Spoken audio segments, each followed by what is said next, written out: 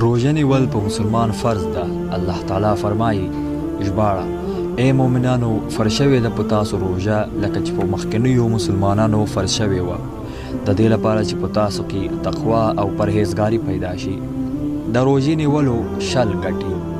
اول، د روژې په هره شپه کې الله تعالی ځینې بندگان د اور څخه خلاصوي. دوهم، د روژې په راتللو سره د دوزخ دروازې بندېږي. دریم، د روژې په میاشت کې د لیلة القدر شپه شتون لري چې د زرو شپو څخه غوره ده. څلورم، د روژې اجر د نورو عملونو څخه زیات دی چې د 10 څخه تر 200 پورې اجرونه ورکوي. پنځم، د روژه نیونکي خوله ښایسته بوی کوي.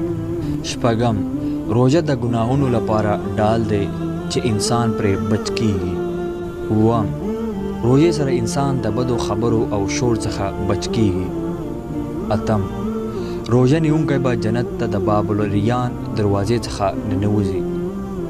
نهم، د روژې په راتلو سره شیطانان او پیریان تړل کیږي. لسم، د روژې په راتلو سره د جنت دروازې خلاصیږي. یولسم، په روژه کې د الله تعالی له لوري اعلان کوونکی اعلان کوي چې ای د خیر غوښتونکیه د خیر غوښتنه کوه او د شر غوښتونکیه د شر څخه ځان وساته. دولسم، رسول الله صلی الله علیه وسلم فرمایي چې هر هغه انسان چې روژه ونیسي د ایمان له کبله او د ثواب د غوښتلو له کبله یې مخکینی ګناهونه بخښل کیږي. دیارلسم، روژه د انسان لپاره محبوطه قله ده. څوارلسم، د روژې نسبت الله تعالی ځان ته کړی دی چې دا زما لپاره ده او زه به یې ثواب ورکوم. پنځلسم، په روژه کې نفل عبادت الله تعالی په فرضو عباداتو سره قبلوي. شپاړسم، د روژې په میاشت کې الله تعالی د مؤمنانو رزق زیاتوي.